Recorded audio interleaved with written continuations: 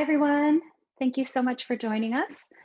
My name is Susana Paredes-Swap. I'm the founder of an all-volunteer nonprofit called Vanguard Culture that works to advance San Diego's creative industry workforce. Vanguard Culture provides quality arts coverage of San Diego's arts and culture community. We produce unforgettable cultural events that bring together creatives from a variety of different industries, and we provide professional development opportunities that work to create arts jobs, bring diverse communities together, and inspire creative collaboration across all industries. For more information about our programs, please visit vanguardculture.org. Thank you for joining us for Moneymaking for Creatives, Surviving and Thriving in Uncertain Times with Shaun Cassidy. Today, we will engage in a candid conversation about how to make one's art practice both marketable and profitable, maximizing current resources in a post-COVID world.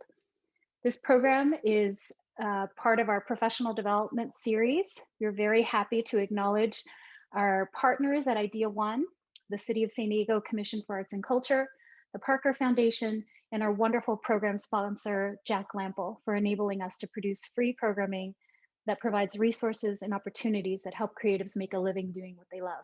We could not do this without your support. Before we begin, I'd like to take a moment to respectfully acknowledge that the land that we inhabit here in Southern California and across the US-Mexico border is the traditional, ancestral, unceded territory of the Kumeyaay Nation. We extend our profound respect and gratitude to the Kumeyaay people who have lived in this region for more than 10,000 years and find inspiration in their traditions promoting balance and harmony within the land and the people who live upon it. We call upon arts leaders to publicly acknowledge the ancestral land of Native American communities in their region and to do their part to open up a dialogue and partnership that helps dismantle systemic and oppressive structures of colonialism that affect Native Americans to this day.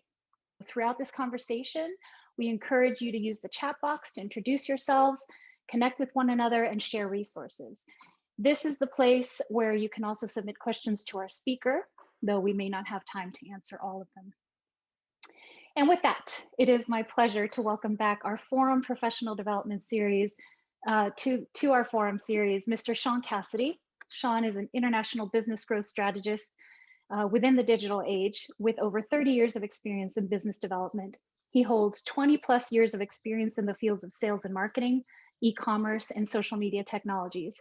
His clients and partners have been featured in dozens of global sites, including the New York Times, Forbes, Univision, CNN, NBC Latino, the Huffington Post, Le Monde, the National Geographic Channel, and the BBC, among others. Welcome, Mr. Shaun Cassidy. Well, thank you all for taking your time out to be a part of this. I'm just going to set up my presentation here before we go here and get it presented.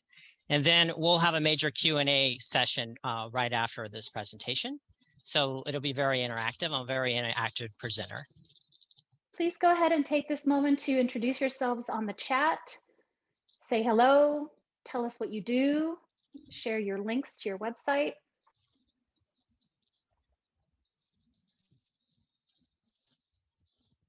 Okay, I'll go ahead and get started. I know we're still admitting people.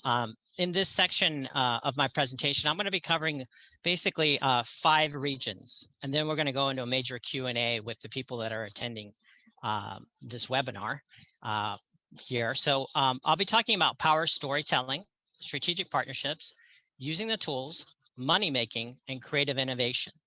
So while Susanna didn't say, I've actually been a business advisor for this nonprofit for now 5 years. So I've been honored to be of service to their mission and all the work that they do to improve the lives of creatives now globally, not just in San Diego, but globally. As she kind of said, I've had a lot of the people I've worked with have had a lot of national attention. My work is really about being a servant to others. So I'm a behind the scenes person. You won't always see me. I'm a bit of like a producer, a person that doesn't always get noticed for their particular work, but helps other people get noticed. So what you also may not know is that I started my career as an artist. And so this is my work around 16 or 17 years old.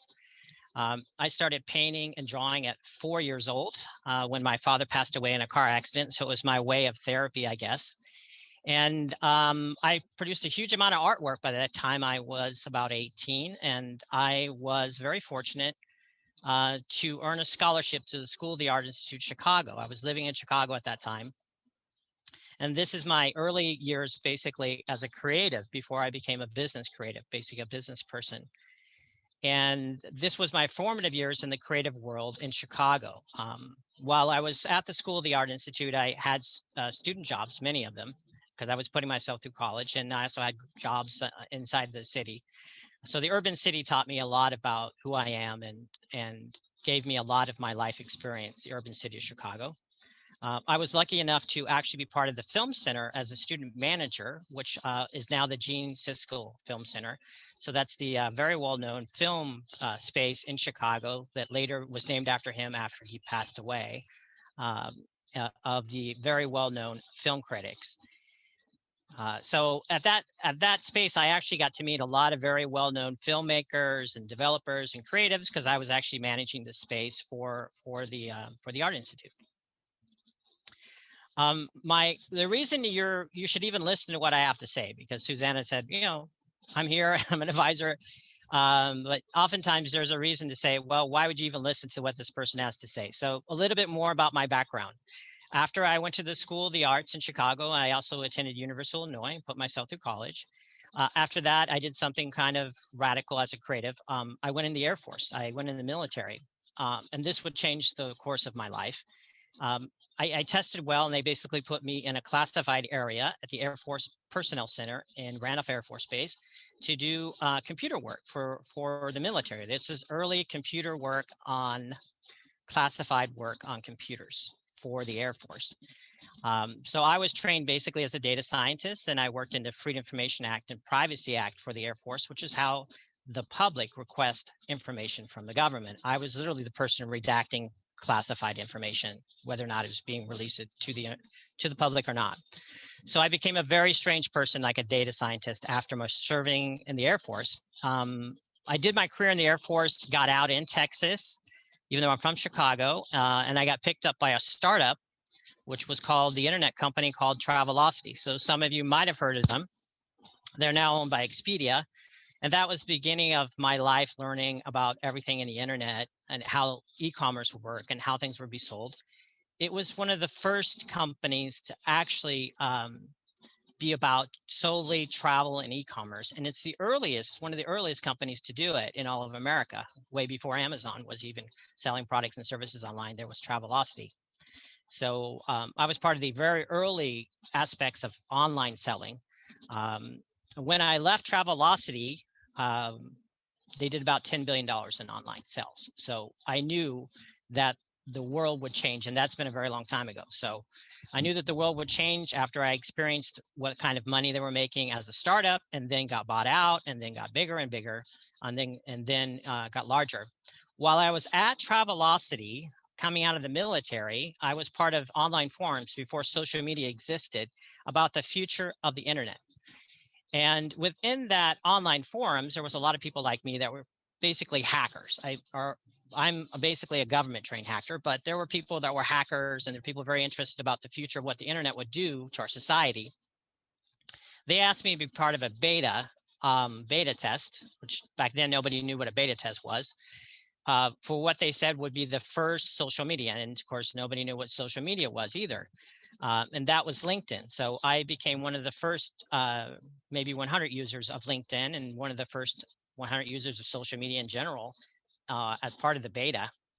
And that, again, would change the way I think and work. So, okay, so I'm going to get into the first area of really important part about business development. And it's the thing that the creatives often really refine themselves at, and that is storytelling. So within the storytelling, I'm going to quantify some of the professional, they happen to be women, but the professional creatives that I've worked with here in some of my career, just a couple of them. And I'm highlighting how I worked with them to craft a little bit about their story and about power storytelling, I call it, which is really refining who your brand is and what your brand is and how you'll be remembered forever. So Lena Bell, a well-known musician here in Southern California, who went off to do major work in New York as well. She worked with me for some time. We kind of craft her LinkedIn and craft her branding and crafted that. But kind of after that, she became the songstress of the light, songstress of the light. So everybody knew her as that. Basically, she became that branded person. And so the storytelling you do about yourself is very, very important in order for you to be known and then sold as yourself. Oftentimes she went on to do major festivals for yoga and enlightenment and all those things. And everybody knew her in that way. So this was the beginning of branding storytelling. And I'll share a little bit of her work, so you'll get to see that.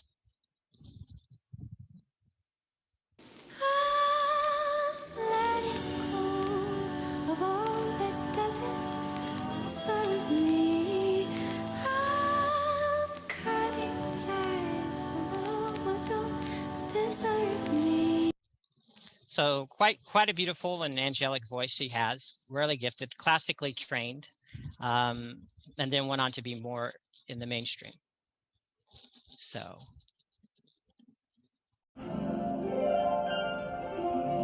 Hello, Facebook friends. I am here with the wonderful Shiara. We are at the beautiful Winslavin Fine Art in Beverly Hills, and we are going to be serenaded by beautiful music tonight. Thank you so much for coming. Absolutely. Thank you for inviting me, and hope to see you all soon in this amazing gallery. Okay, and the other person, she's actually on the call, I believe, I worked with here. We kind of crafted her story. You can see it's more intensive about, because she was a high professional that I met, came from Italy originally, and she was here in California, and she had done really high end, working on cruise ships and all these kind of things as a harpist, not as a singer, right? I'm going to go back with I know she's on the call right now. But when I met her here in California, she had been very well known and traveled the world already from Italy. And she had went to many famous schools, and she was a harpist as well. And what we did was begin to craft her story so that she could get more significant of work and the type of work she wanted to do. And that led to very interesting outcomes for her.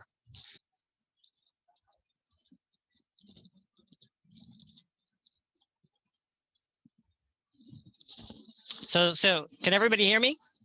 Yes?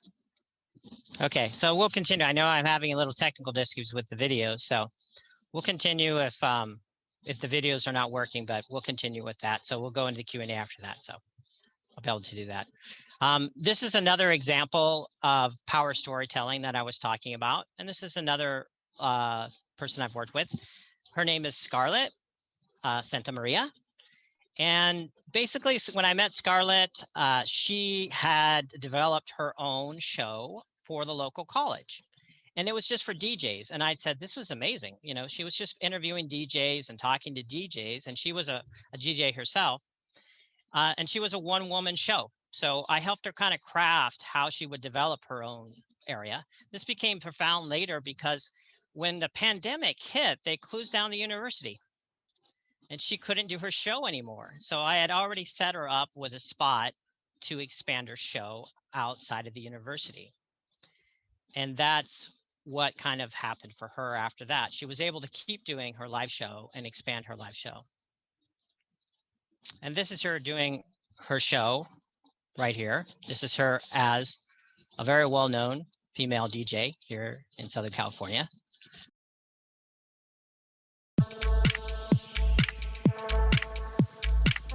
Hey, what's up, humans? It's been so long since I talked to all of you. I just want to give you all an update on Scarletta's show. Unfortunately, KCR had to close the studio, but I'm hoping that we'll be back in the summer with more shows and more artist spotlights. This whole situation has been really tough on me because all my life is in entertainment, but I'm not going to let that stop me from being creative and staying optimistic, and I hope you guys will too. And now I want to show you all how I've been keeping myself busy during quarantine. Let's go. Hey, You wish you had those socks, huh? Yola, poo-poo. They love me. They're my friends now.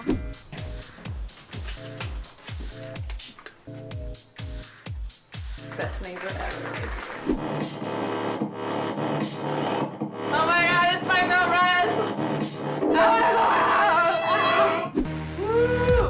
Yeah, yeah, yeah, yeah. Thank you to all my fans. Love you guys.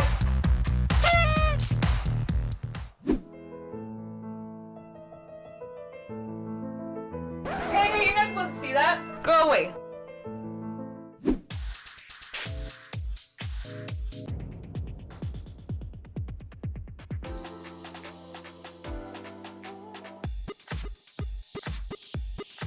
I love you. I love you.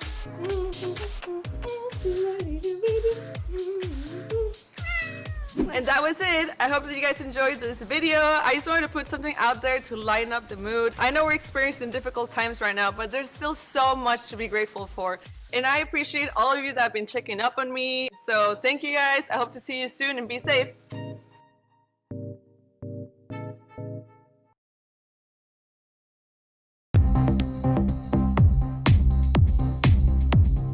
So these are the official Scarlet letters. They have the little wax thing and everything. This is pretty amazing stuff. I'm feeling. How would I sum up the internet?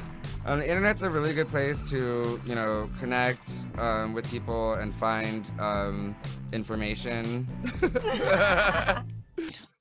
So I'm going to get to the area right here where we get into a very big conversation I like to have with everybody afterwards when I get through my presentation, which is strategic partnerships. And currently right now, the most powerful thing in creative business right now is strategic partnershiping. It's essentially likes and differences coming together. And what I see when I work with creatives, because I work with a lot of different type of people, not just creative people, they seem to stay within a cycle or an area where they talk to the same people over and over again. They talk to the same industries over and over again, and they have the same friends and they have the same networks.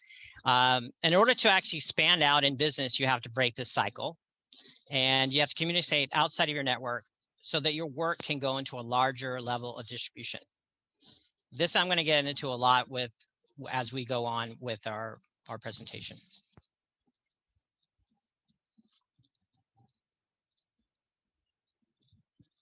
Okay, so this part where I'm going to talk about is using the tools. So a lot of people out there are using social media tools right now to promote themselves, but they're not always doing it well, and they're not always doing it correctly, and they're spending lots of time spinning their wheels with it. So I'm going to kind of tell you when I work with people what I advise people to do. When you're using Facebook, I'm saying use Facebook groups. Facebook's in major flux right now, but the Facebook group side of it is powerful because now you can actually stream through the groups. And that wasn't even before the pandemic. You could not do that. So, and use Twitter for list building. And what do I mean by list building? Listing within your industries, the major people you'd like to work with, you can begin to follow all of them systematically. Use Instagram for branding and e-commerce. The e-commerce side of Instagram is only going to expand and expand greatly. So be prepared. If you're selling something, sell it through Instagram. Now, this area of LinkedIn, I've been beta testing. As I said, I was an early developer of LinkedIn, and I've been doing advanced training on LinkedIn now for 2 decades. This is the area where people forget. They think that's where you get a job or you get employment. That's great. But this is actually the direct source space where you get access to the corporations, the people behind it, and the direct source people. This is the most important part of LinkedIn. Now, a couple of the tools that are up and coming and some things that I advise people to use are very specific to creatives. One of them is in this space for photographers and getting access to photographers. It's called Dayflash. Dayflash is only an application, so it's only an app. But this one, when I started working with a lot of professional photographers, they started to approach me and saying, look, Shaun, I love this app. This app is amazing. I like it more than Instagram, and it allows me to pin all of my images, and I'm getting really good interaction on Dayflash. So if you really are looking as a photographer to start networking with other photographers and for business and work, this one is really on the up and coming, and it's doing things that Instagram can't do. The other space which I talk about is this icon right here. It's Behance. Now, Behance is a very interesting space, right? It's owned by Adobe.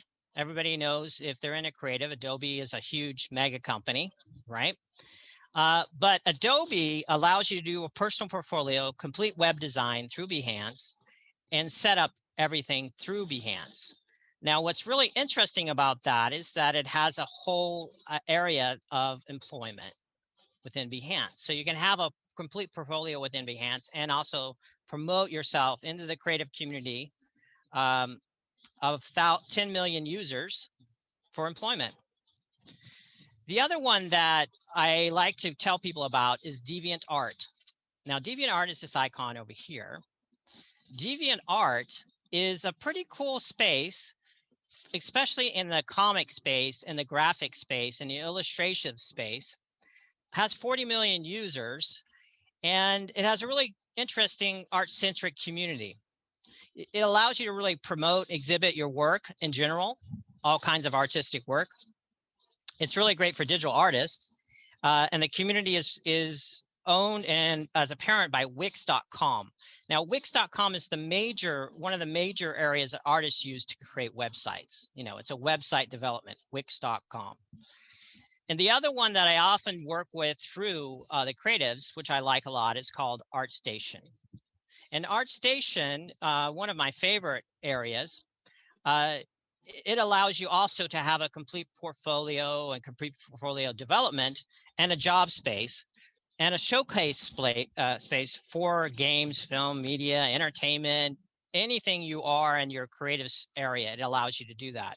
It also has a job space that allows you to look and apply for jobs and positions for jobs, because we're talking about money making in this area. Okay, so what's coming up and what's coming up to leverage right now? Okay, this everybody that's kind of following what's going on, you can see that TikTok has really went up a lot. There's a lot of controversy around TikTok and what was going on with TikTok. And there's alternatives to TikTok, but what are the alternatives coming up? And TikTok still is a powerful format. It's basically what's happening in our social spaces is video was king, and video is now bigger king in the pandemic. The video aspect of how you promote your work and how you promote yourself by video is so vitally important now. And TikTok allows this kind of arena for you to do that. But also what's happening is the success of TikTok has made these big animals, these other animals out there say, oh, well, we'll do what TikTok is doing. And that is what Twitter is now doing. And that is what this area called Clubhouse, which people have probably heard of, right? Everybody's getting these private invitations to Clubhouse. And Clubhouse itself, like I got a lot of creatives coming to me and say, this came out of the blue. Clubhouse came out of the blue. Everybody's getting invited to go to Clubhouse. Well, it didn't come out of the blue. I've been networking with the founder of Clubhouse for 7 years on LinkedIn. And that founder actually was the primary developer for Pinterest. So didn't come out of the blue, folks. Clubhouse has been, there for a while, but the pandemic has helped them really develop a lot. Then the other one that you're going to see is what happened with TikTok. Instagram said, okay, Facebook said, okay, we're going to create Reels instead, which are short video Reels to promote your Reels to be in competition with TikTok. And that's moving very, very, very, very fast. Now, the other one that I'm seeing moving very fast in our times is called House Party. And House Party is an application that was originally designed for gamers. But now it's allowing you to do interactive up to 8 people or more, probably more by now, in direct video chatting back and forth. It's a great tool for you to use to directly network as a creative. That one, another one coming up. Twitter launches audio chat room spaces in private beta. Alongside the global rollout of Fleets, Twitter teased its upcoming audio chat rooms dubbed Spaces.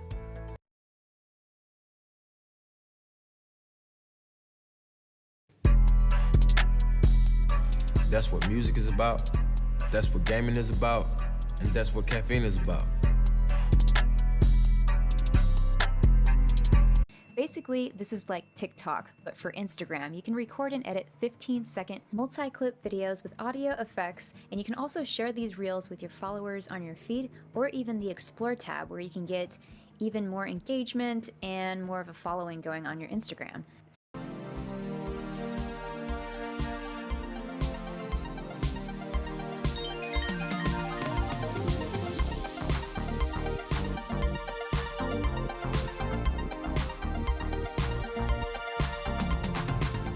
Okay, so I just did a little of the videos there so you could see them kind of rolling up in there. Now I'm going to talk specifically about making money with you, because I think that's a really kind of thing you want to talk about, is making money. Now, when that area came out, there's a couple spaces I'm going to recommend you get involved with. And one is called Artisan. Now, Artisan really is a space where you can go directly and get access to the corporate creative talent in the corporate recruiter space that allows you to book, allows you to sell, allows you to be recruited, and allows you to directly work with people. And this space here is moving hot right now in the pandemic, called Artisan. So it basically has a huge pool, digital marketing, creative talent, account managers, and complete talent recruiters that are really looking to get and promote your work right now, get you work and get you gigs, get you times at work at time, and gig work, ongoing work at all times. So that's one of the first things I'm kind of recommending to people. Okay, so the other one that is out there is called the Dots. Now, the Dots basically is a competitor to LinkedIn, and it is a creative space just for creatives to get recruited. That one was created by one of the founders of MTV. And one of the early developers of MTV went off and said, look, when I was hiring people at MTV, they all were just hiring each other they knew. And I realized there's a huge problem in the industry because we can't get new talent. We're only getting talent from people within the industry. And I want to change that. And that's what she did.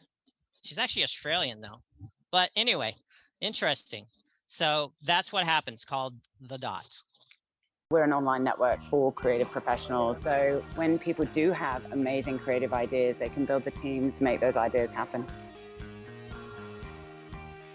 My mission has always been to help creatives better connect so that we can build a more profitable, diverse, and more effective creative sector. I really believe that creativity is a force for good. Soon machines are going to drive code, do our laundry.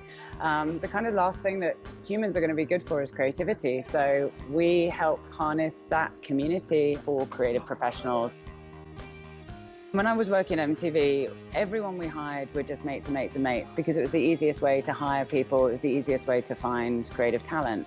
The problem with that is our whole office became very homogenous and there was no fresh injection of ideas and skills and talent.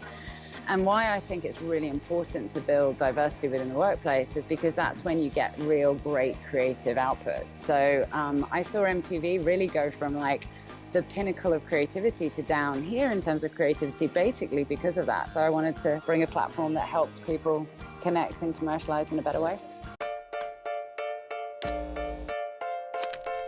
Patreon exists because when creators are paid, they can create more amazing things. Things that inspire us, teach us, challenge us, things that make us laugh.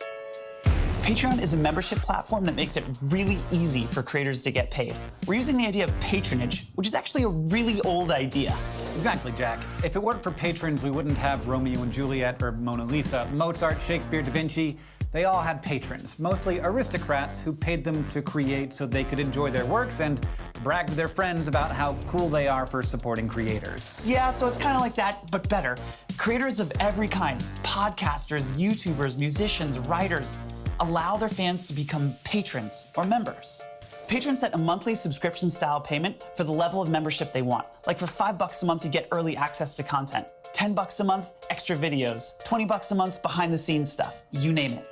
This provides creators with a sustainable income while retaining full creative control. And it allows fans to connect with them on a whole new level. We have the flexibility to create without having to necessarily worry about how that's going to impact us financially. And that level of freedom is, I can't tell you how important that level of freedom is. Thousands of creators and creative teams are using Patreon to run their business their way. They're doing what they love, and they're being paid to do it by the people who love their work most. So if you're a professional creator, start a page and give your fans the opportunity to become patrons. It could help you do the best work of your life. Okay, now, since we're having that video there, that was called Patreon. Now, what is Patreon? Patreon basically is allowing the new patron of the internet to be created. So if you join it, all of your support network can then support you and give you money, give you resources, called Patreon. We'll share that as well about the actual site, so we see on there. And then the last part I'm going to go before we go into Q&A, and I think in the Q&A I can actually put in the links, all the different things that I discussed that were in videos as well, so we can kind of see those as well. So this part is where I deal with people that really relate to business development. This part is creative innovation. So what is creative innovation? It is the process of turning a new concept into commercial success or widespread use. That's innovation. What is invention? It is the creation of a new idea or concept. What is creativity? It is the act of turning new and imaginative ideas into reality. So the innovation space is also in the commercial space, right? It's this commercial saying, how much money can we make? You know, can we innovate? Can we change to make more money, make more money? It's very much in the corporate arena and the corporate space when people talk about innovation. So what I'm always working when I'm working with clients is to work into the innovative space, going from the creativity, the invention, into money making, and into profit making. This part is the secret of really business development. And that part right there is where many people have great ideas. They have really good ideas. They're very creative, but they don't have the innovation part down yet. And the innovation part really is the encompassing part of making money, making it profitable.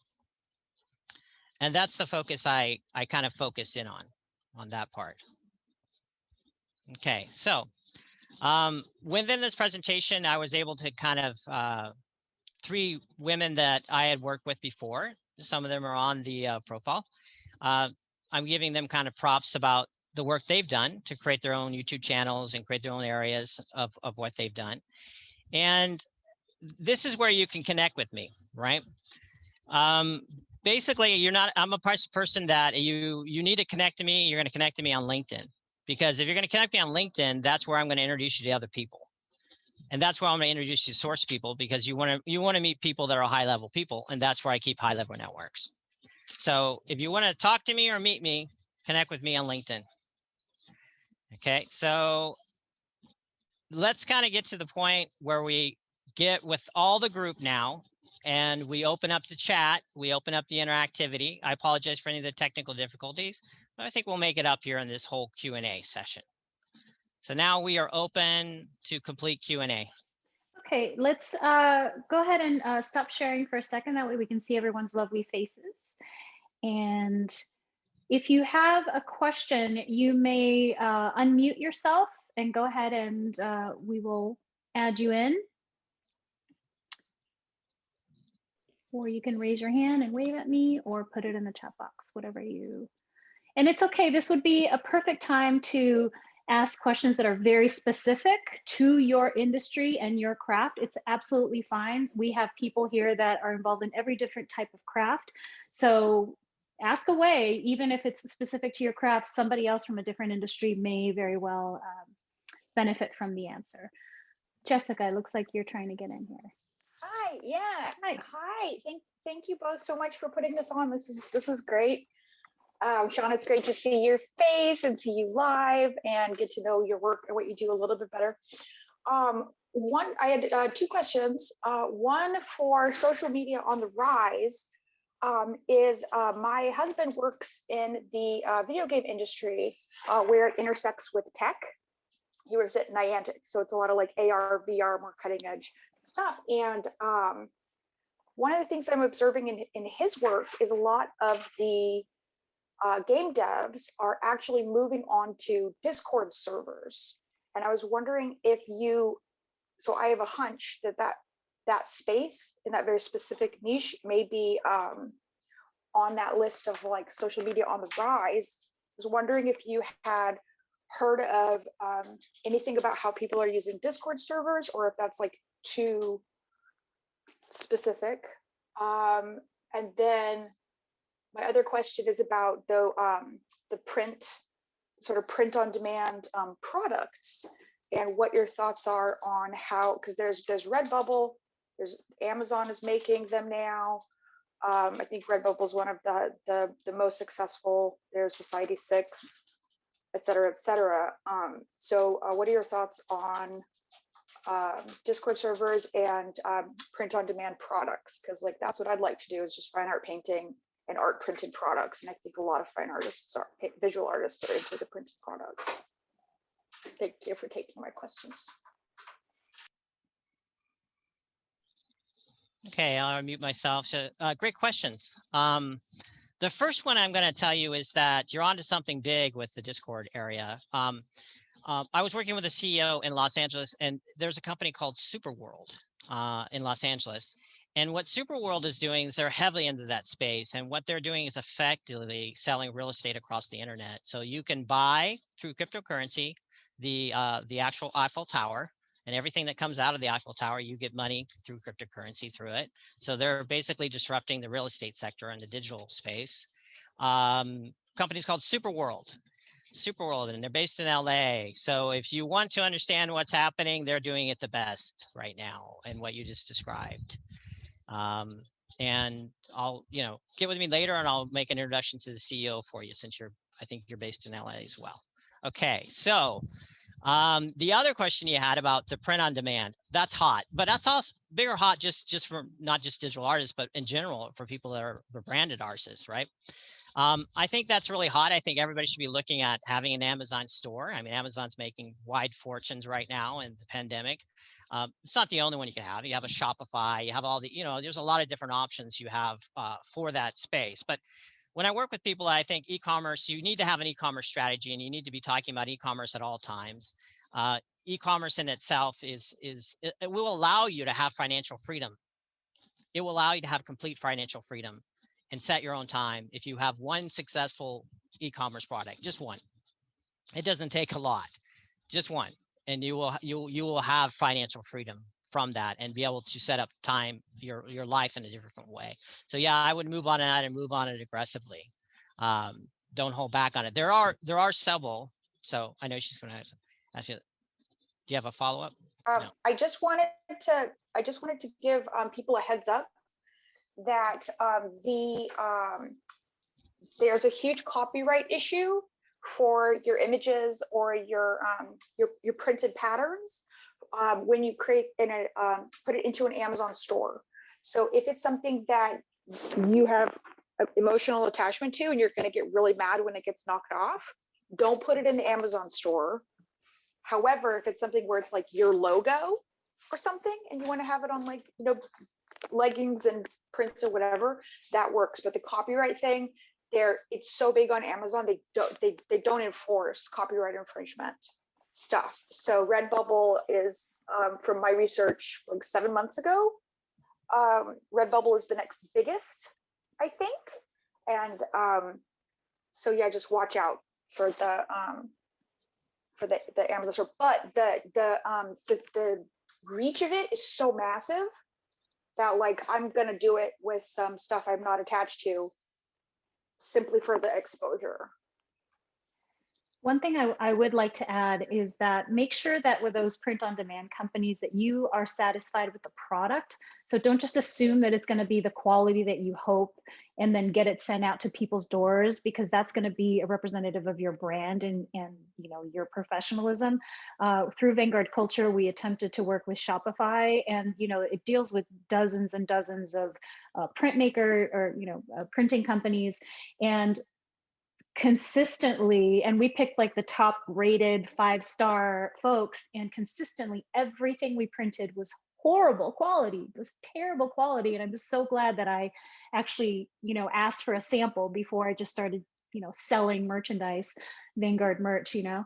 But it was really very, very disappointing and surprising. I thought, oh my God, this could have gone to someone's house and they would have thought this is what we do. It's really, it would have been very, very embarrassing. So just be mindful of that. Make sure you get your samples as well. We have another question from Kat. You've had your hand up, so you can go ahead and unmute, my dear. Okay, thank you guys. Thank you so much for this opportunity. Thank you, Shaun. Shaun, I sent you a LinkedIn request. I look forward to chatting with you more on that profile. I'm a music artist here in San Diego, and my question to you is, what do you recommend of some of the platforms you mentioned, maybe even some that you didn't, that would be best for up and coming music artists? There's so many out there, right? So the Patreon space, that space, if you're not working in it right now, you should be, because if you're a musician and you have a following, right? And there's very few musicians I know that aren't actually really good digital marketers already. But I mean, there are already people that know how to network and build networks on Facebook and Instagram and all those spaces. But if you do have that network right now, then they should all be put into a Patreon and put into a space in Patreon so that they can begin to support you right now and support your work. And that is really important. And they have a format in that it can't be done in other spaces about how the people can actually support your work and pay you. So that's definitely one you should be pursuing right away. Now, and the ones that are already out there, I think you have to look at creating your own groups, especially like a group in Facebook, which is specifically targeted to bring in people that are outside of your network to see your work and then support your work. And that one is really important. You have to open up outside of the music realm into the other realms in order for them to have a wider distribution, which I was saying earlier. The wider distribution part really is the part that gets a lot of the artists caught up in things because they're selling to the same people and marketing to the same people over and over again. And you really need to think about breaking out into strategic sessions, right? And strategic markets. So you need to think about what other new market could I open up, for example, to my music? You know, what other new space could I open up to it? I hope that answered your question, but when you network with me later more, there'll be so much more because there's so many I can go over. I just wanted to share, you know, if you don't know Shaun Cassidy, you're about to have your mind blown with his incredible reach and connections and, you know, sort of visionary approach to connecting with others. This is something that really surprised me from the very beginning when we first met, is how, you know, I approached Vanguard Culture in this, I guess it would be a smallish lens of impacting San Diego's arts and culture community.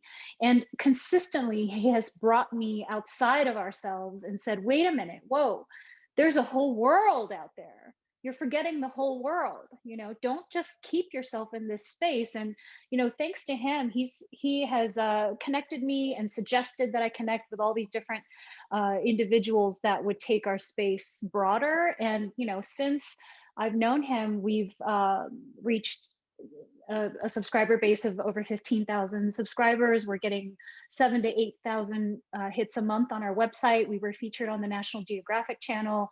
I mean, a lot has happened since I've known him, and because of him, because of his influence to continue what I sort of felt instinctively, but when it comes from him in this very directed way, it has taken us much, much further. And that is to connect with others outside of your industry. And we kind of happen to touch all industries, which is visual and performing and culinary arts and everyone, all creatives. But we very purposely bring together creatives that typically never intersect and ask them to work together, ask them to share resources, ask them to collaborate, and amazing new things happen. So we do have a Facebook group if you'd like to join it, which is a creative industry professional Facebook group. And there you will see postings from the theater community, from the film community. It's called Creative Industry Professionals. So find it, or our intern can drop it in the chat box. But you'll see art for art's sake. So if you're a creative, you're going to support other creatives, and find those moments and those opportunities to think, how can I connect with an industry outside of mine, outside of theater, outside of film, outside of dance, outside of music? Who else could I work with and create something special that I would have never, worked with otherwise? So Odelia, you've had your hand up for a little while. You can go ahead and unmute if you like, or you can drop your question in the chat. Well, my question was really, I guess the intellectual property rights issue is a big one, because I have been getting more interested in drawing, and I really like the idea of selling t-shirts with my original artwork. And I studied writing at Smith College, so I'm like the writer who's like, oh, I want to draw. So I've been coming up with designs and little slogans and thinking, how do I do this? Do I do print on demand? And I also question whether the quality would be good, or do I get a bunch of these and mail them out myself? But I really am thinking about just something tactile really excites me. Like I'm selling you a product, not just something, an ebook. And so I'm just wondering what protections an artist does have with original drawings if you are doing a silk screen shirt. So that's my question. This goes back to Jessica's thing, and I was going to mention something that's ironic in this. There's the two-edged sword here. The first edged sword is that there are actually companies out there that will pay you for all that, but they take all the rights, right? They'll pay you over and over again for your creations and all that, but they keep all the rights. And then there are other companies out there that you do have an agreement with, that you have rights, right? You have a specific right agreement. So if you can try to enforce that agreement through that, it is difficult in the online and digital space to enforce that, I'm going to say. But there are differences, right? So there's basically, you can make money both sides, where you're okay with giving up your particular cool writing, or you're not. And this gets really interesting in that kind of space of what gets really well known, like the artists like Banksy, right? The famous artist like Banksy, like he's duplicated everywhere. Like you could see him on Facebook, you can see him everywhere. But at the same time, he sells his works for huge amounts of money, and he does things that are underground, and then sells the images for but they're duplicated everywhere. So it's a very complicated issue, and I think digital rights issues is going to be taken up globally around the world, all over the world. It's going to be taken up. Digital rights and digital image worlds are, but you can. I would work with someone on that, like a digital rights person, because there's attorneys that are coming up that are specifically just working on that. And I'll send somebody to you so that you know. There's a great resource with the California Lawyers for the Arts as well. So I would go to California Lawyers for the Arts website, and we'll drop it here in the chat as well. They provide a complimentary consultation for anybody who just has a very simple, quick question, and then you can take it further with them. But they're one of our community partners and support what we do. Tell them we sent you. And hopefully they'll give you some of their time and expertise, or tons of resources as well. So a quick question, do you guys ever work with the Freelancers Union?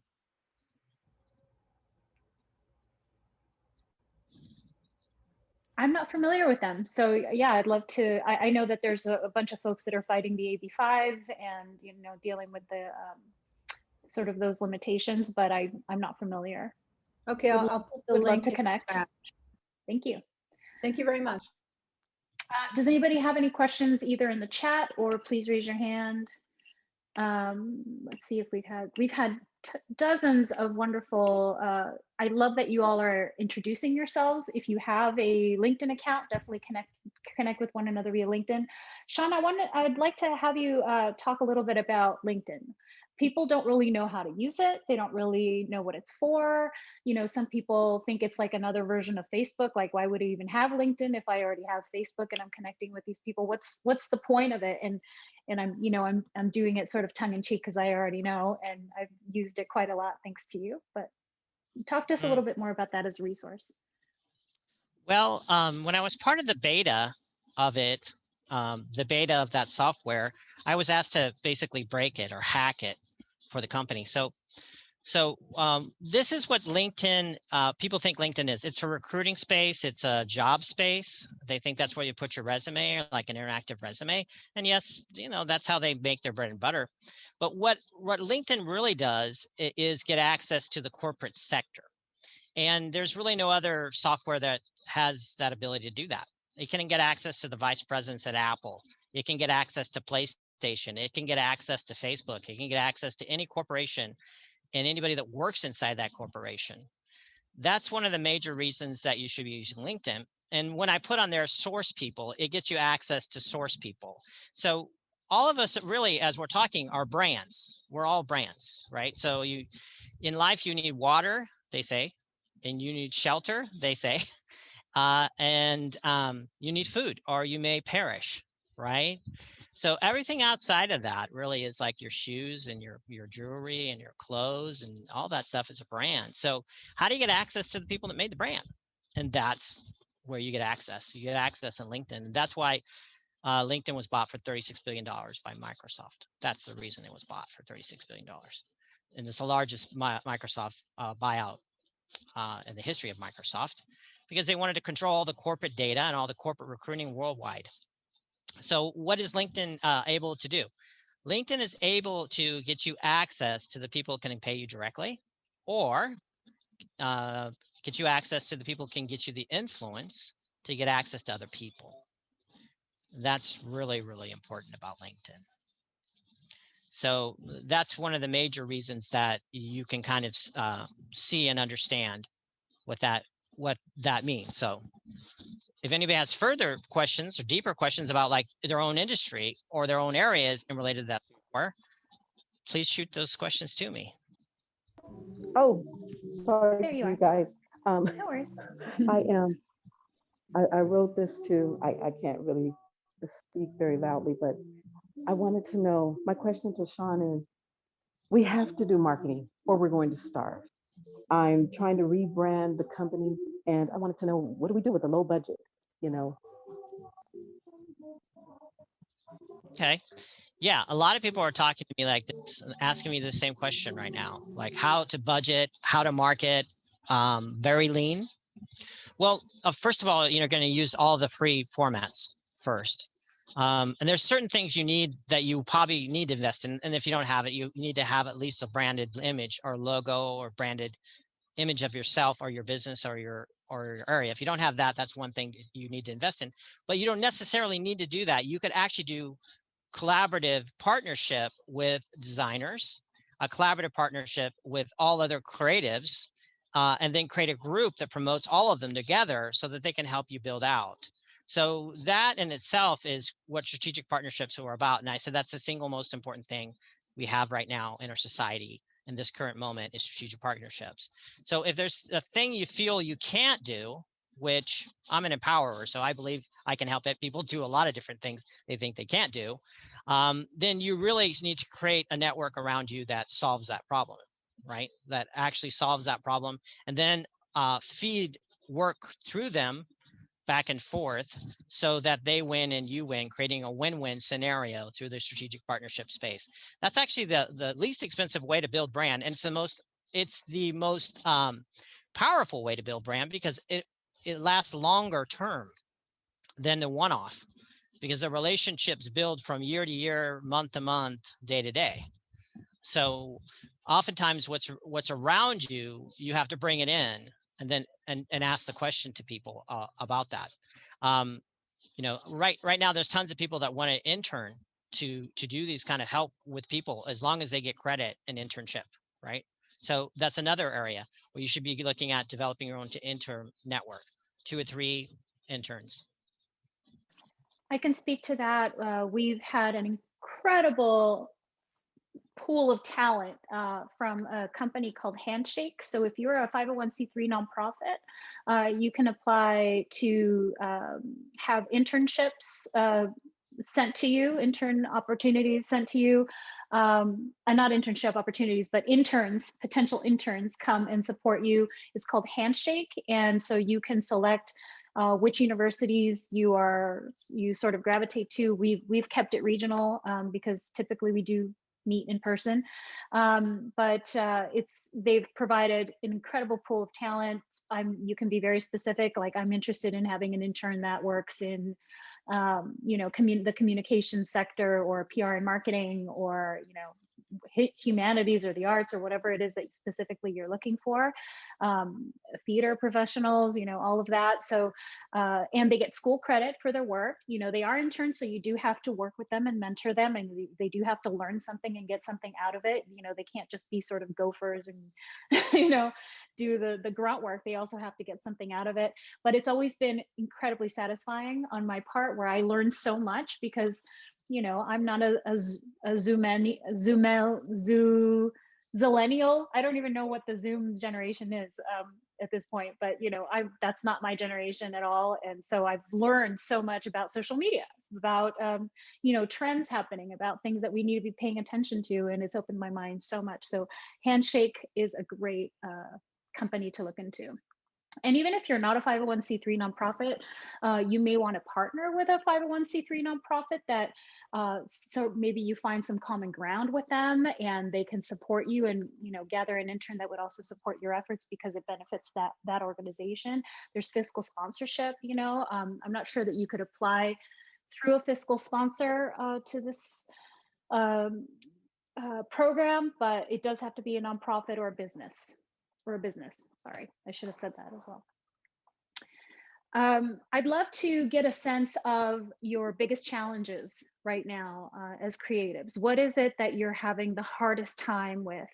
You can raise your hand, you can put it in the chat, talk to me about what you really need help with, what you're struggling with. Well, I can start. I do well-being workshops. And I guess I'm not clear about how best to market this. The last one I did was 65 people showed up, and it got rave reviews. People loved it. And it was through an organization I've been working with in New York City for a long time. And I'm not sure how I should present it, if I should include the price in the email. Like, it's kind of, I got very interesting OCD in my brain where I'll get fixated on one issue, and it's like I have all this other stuff and all this experience and training, but then I'll be like, should I put the price in there? Should I put my email? Should I put my, and then I get stuck on that, and I'm like, I might need a template. You know what I mean? Like, to stop overthinking, because overthinking is, my strength and my weakness. Okay, I can talk about that. There are a couple companies that are really good at this right now. One is called Teachable. And Teachable creates a complete format for you to do all that, the front end and the back end. And so you can set that up. They're actually based in New York. So there's a couple different companies that do that. They set up the course development, e-learning, all that for you. All the background is done. You just have to populate it, and you have to develop your course curriculum. So they do everything else for you. And they have different spaces. So sometimes they take 5%. Sometimes if you join with them, they take less from each course that you do. But it'll allow you to launch and have turnkey, everything turnkey. So this is the ridiculous thing. I have all the courses all written out, and I don't need help with that. I need help with the email, like the introduction email. That's where I feel like, oh, this sounds klutzy. That's where. So all the materials are done. So that's not it. So it's kind of the selling language, but you also were mentioning the the ability to have them pay you as well. So I was mentioning that as well, because they do have that, they have the third party input in that area as well, where they have it all done for you and third party, and then all the payment systems go directly to your bank account. So yeah, I think what you're talking about is the selling language, and what I'm noticing, and if you even look at Amazon or anything, selling language really has to be really, really simple. If you overcomplicate it, people won't click, people won't react, and they jump away. So simplicity is better than complex when it's selling, buying language to get people to react and purchase. Simple is better. Thank you. Great, thank you. Shaun, well, please go ahead and continue, raise your hand if you have a specific question to your industry, if you have comments or just challenges, even if Shaun or I don't have the answers, someone else in the group may have that answer, and feel free to sort of share your resources, your expertise, anything that you feel like you're knowledgeable about. I do want to say that, one of the things that Shaun has really ingrained in our, in the culture of Vanguard culture is the living in service of others. And, especially right now during this pandemic, I think we all sort of discovered that. You want to look for the helpers, right? Don't look for the selfish ones that, worry about themselves and hop on a plane and take off, right? We worry about the people who are there working and making things better. And that also goes toward, what are you doing? You, the individual artist, you, the arts organization, what are you doing to support others outside of your mission? Like, outside of what the reason you exist. Are you taking steps to offer someone an opportunity, to connect someone with someone else, to help someone else help another organization or artist be successful? That is something that you may or may not believe in karma. You may or may not believe that we're all sort of connected, but this arts community is connected. And right now, through the pandemic, we will not survive without one another. And so if you happen to be really good at marketing language, and I'll just use this example because we just talked about it, but if you happen to be really good at that, and you can do it in your sleep, but you really need somebody to design, a course that integrates meditation, well, talk to each other, right? I mean, this is the moment where you can say, hey, I can help you with that. And even if there is no direct sort of bartering exchange at that moment, that person will be indebted to you and be more willing to support you for other projects going forward sometime down the line. So Shaun, I'd love for you to just talk about that sort of living in service of others as a creative professional. Well, we're all connected. We're all part of one thing. What I do for myself, I do for, what people do for me comes back to me. What I do for them comes back to me. Me, monetary or not. So service to others is actually the smartest way to do business. There's really no better way to do business than service to others. You're going to look and see and say, because sometimes you get jealous, say, okay, these Amazon's making a fortune, these people are making fortunes, they're making fortunes. But you have to remember, in the early years of development of all business, they had to network among each other. And then they ended up buying out companies because they were so good. So they said, okay, we're going to buy you out. We want your technology. That's how actually the iPhone got developed, by the way. No one knows that. There's 5 different technologies in the iPhone. All were bought out. So they didn't make them. Okay. So, but the brand said, it's a great iPhone, but it was bought out over time, the actual technology. So they did that through actually knowing the technology.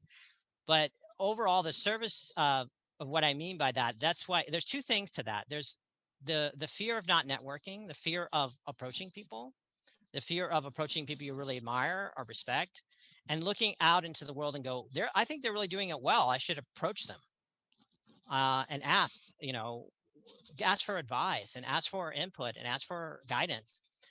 And sometimes you hesitate because you feel that you can't approach them, right? You can't approach them. For example, Kate right now has a question here, which is related to hip hop, right?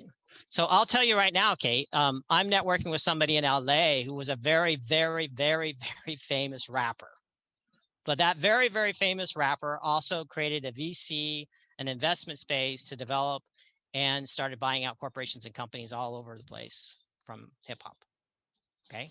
So that kind of person would be a very interesting person for you to network with, and then say, what could I do with that? And they would be, more likely, because they were in the industry, to say, wow, that's cool. You've got the guts to approach me. You got the guts to kind of, talk to me. And that's really, really important in these kind of arenas that we know right now, because people out there, they're givers and takers. There's always been givers and takers, by the way. There's always been givers and takers. I think there's two types of entrepreneurs out there, even in the creative area. There are the areas that I am, which is a social entrepreneur. A social entrepreneur is a person that empowers people and wants them to do as well as they are. And then there's entrepreneurs that are out there and wish to hold back the information so that they can keep it all for themselves. And information is power. So the first thing you have to know is to know what you need, and then go into the world and look for the people that you believe know the answer, and then approach them. And half of my work is about that, approaching, knowing exactly what people need and aligning them perfectly with other people.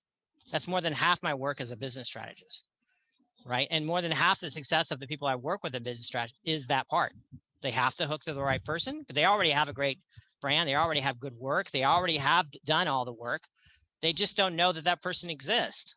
So when that person knows you exist, they want to work with you immediately because it's a perfect match. Here's my question. What are you and members of this group online with us right now and the world at large doing to promote and produce arts for veterans, military, and their families, to empower them with the arts? And I always say arts, plural, literary, performing, and visual, especially during this down cycle of the pandemic. Well, I'll just, because I'm a prior veteran myself, but I've actually been working with artists that are quadriplegic, which they've lost their legs, and they're veteran artists. So I've helped them kind of get more known. So I'm going to put them over to you as well. So, but yeah, that's a very fine, what you do is a very refined thing. It's a niched, refined thing. So yes. So Monique is saying, how do you feel about buying followers? It's very difficult to gain followers organically against other brands who aren't ethical, and they do buy followers. Yeah, that's surprising how many people buy followers, right? I think having your niche is more important than your followers. Because if you have a refined niche, you can refine the niche into the first 50, first 100, first 200, and then begin to monetize. Then you can break out into the 500,000, 10,000 arenas through that network itself. For example, you choose 50 people to be close with, but look who they know and ask them each to introduce you to 2 people, and those 2 people, and those 2 people, and those 2 people. That's how you build networks really quickly. You build networks through the networks of other people being part of your network and supporting you in that way, right? And in the technical or data space, I do that all day long. For example, I've had 5 Facebooks, and I built them all to 5,000 people, and then I broke them down and then changed them over and built another to 5,000 people, right? So it's there because they're interconnectivity. And the interconnectivity is about your immediate network, then your outside network, and then that professional network, right? And that professional network is what we're talking right now, is super valuable in the sense of building that. So choose 10 people, make it easy, choose 10, talk to those 10, say, I'll be a part of what I'm doing, I'll be a part of what you're doing, and then let's bring my peeps to you and your peeps to me. That's the fastest way to do it. And that's the most, authentic way to do it. It's authentic. Jessica. Hi, thank you. I love this, turning it around and looking at how are you being of service and where are you being selfish, and what I heard is knowing what you need, but then also thinking about what do others need, and then looking at what problem or need is out there that like your work can like fulfill, and then connecting with those people. So like one of the ideas that I had as you were speaking is like, okay, well, I like doing very specific kinds of fine art painting, right? So it wouldn't be good for a corporate space because it's more in the lowbrow pop surrealism space, right?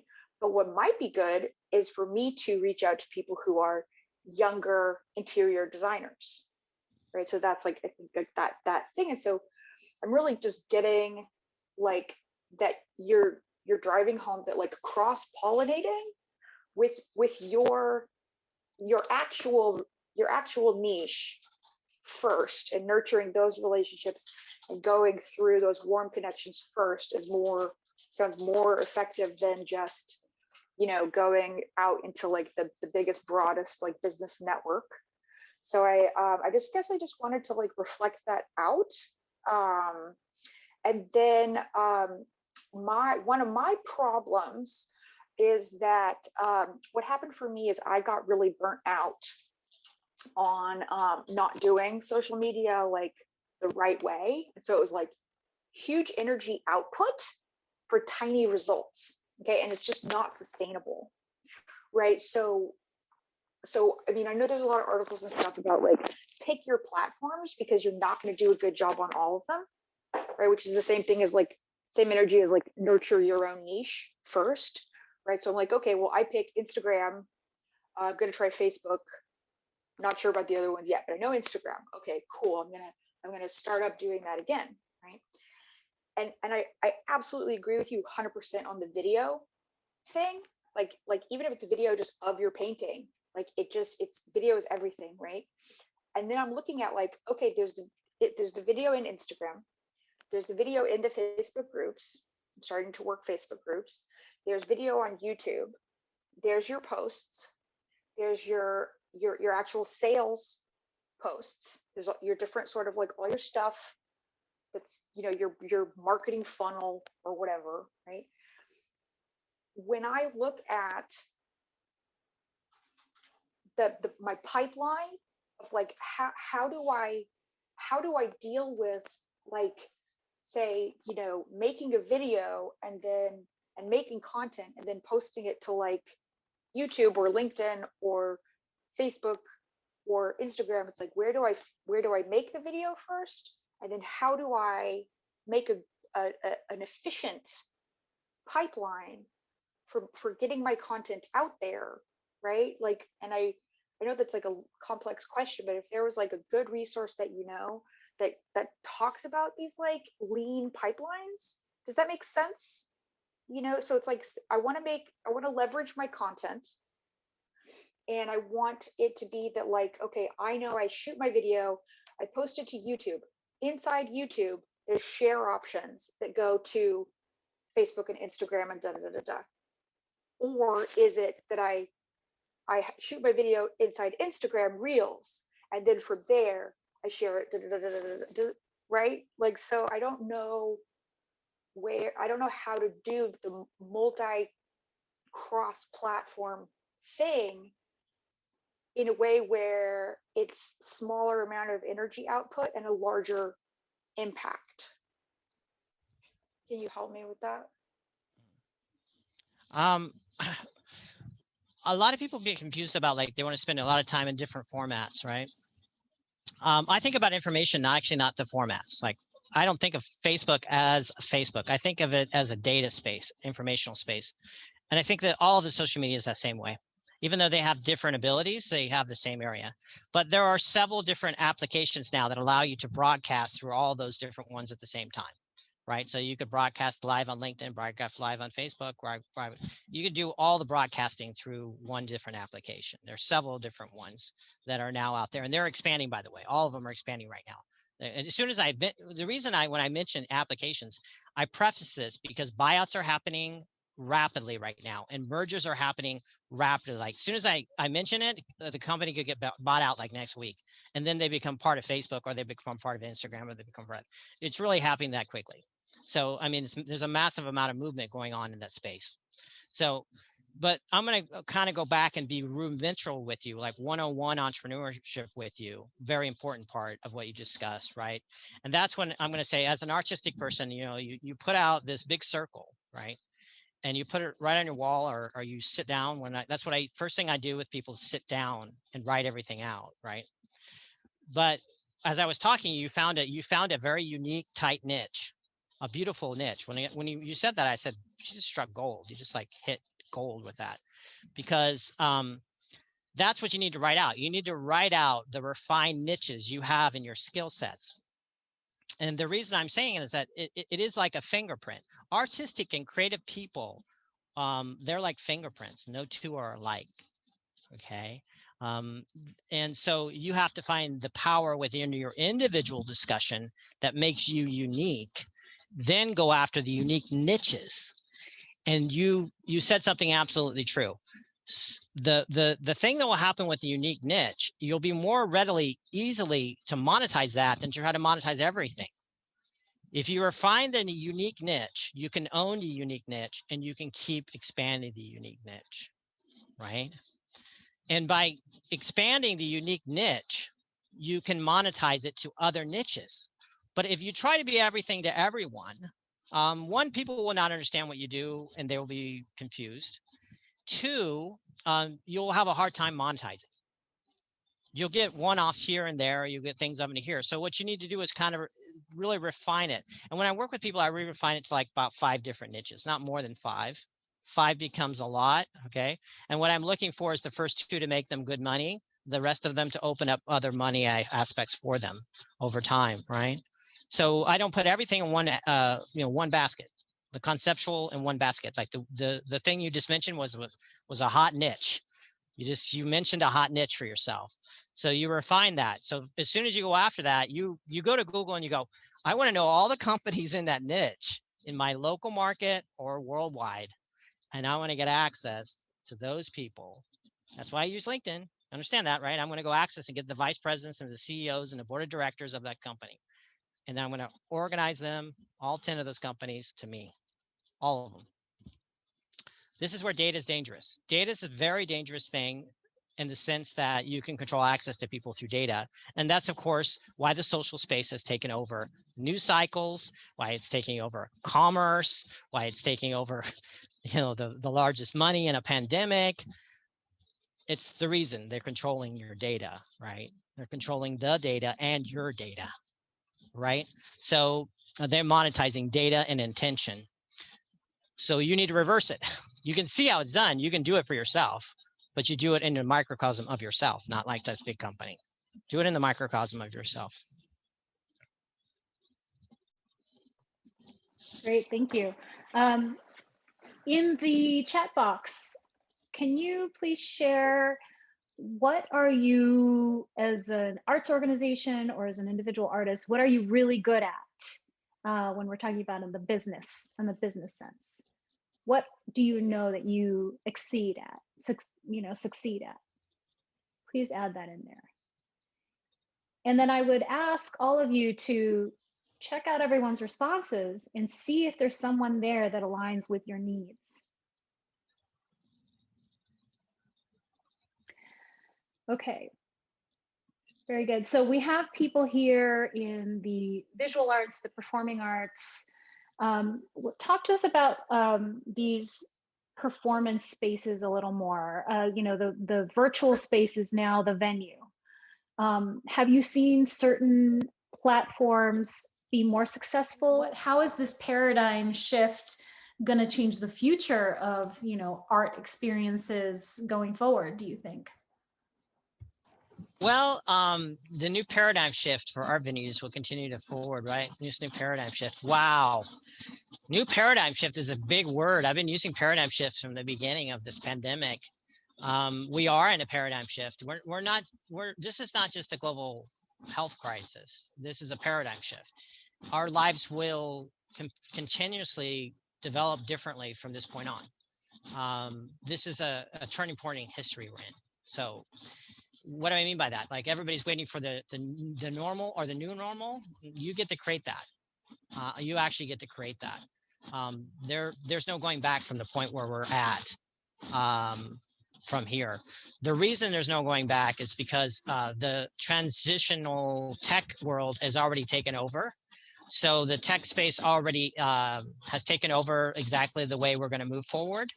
The innovation space has already taken over exactly the way we'll move forward, because the things that have been tried during this time and period that have been very successful, they will be enhanced. So they're not going away in any way.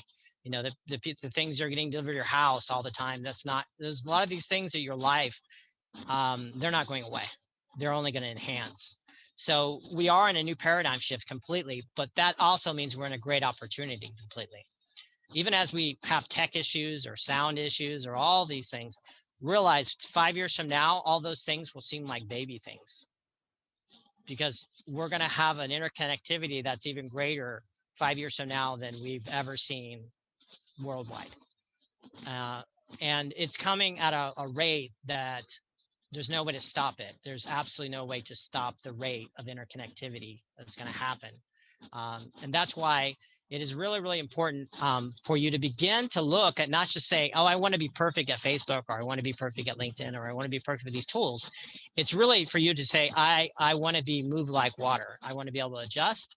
I want to be able to think clearly and adjust when things come on. Because again, all these tools that I discussed could be bought out tomorrow and they integrate into another system.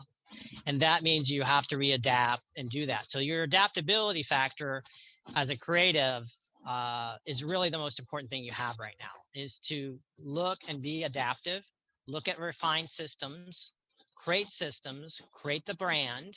But even if that particular thing you're using, like a Facebook group, changes, it doesn't go away, because you have the brand solid, and you have the following solid, and you have the network solid. So building networks at all times is probably the most important thing I do. I'm always building networks. I'm always getting access to people in networks. I always want to know what's going to be new, what's going to be happening here, what's going to be the next trend, because I'm following the trends, because I'm following where the money's going to go, basically. That's a business thing. I'm following where the money is shifting. Who's investing what into what, who's buying what into what, right? So by knowing that, I know where the things are going to be headed. Quite obviously, why people are struggling right now, especially in the creative industries, and there's other people making mass fortunes. So it doesn't mean that it's not happening. It is happening. There's other people making mass fortunes as we speak. So the difference in the way you think as an entrepreneur and the way you think as a creative is this balance between making things, making the quiet time in the mind of making, and the productive time of producing monetarily. This is the new paradigm shift that's going to happen. And a lot of that has to do with how you support other people. That's a nice way to end that. It's absolutely about how you are supporting other people. I'll stick to my flag on that one. Well, that's the end of our forum for today. On behalf of the entire Vanguard Culture family, we hope that you and your loved ones are safe and healthy, and that this experience has provided you with the tools and the resources necessary to help you thrive during this challenging time. Please stay safe out there, stay inspired, and never stop creating. Remember that in times of crisis, humanity looks to the arts to bring them peace and solace. And right now, more than ever, creatives are serving an important role for all of humanity. Thank you for all you do. A huge thanks to our featured guest, Mr. Shaun Cassidy, for sharing his expertise and creative brilliance with our audience. You may follow Vanguard Culture on social media at Vanguard Culture, at Culturally Savvy, or visit vanguardculture.org to be a part of our season. Thank you all very much, and be well. Thank you.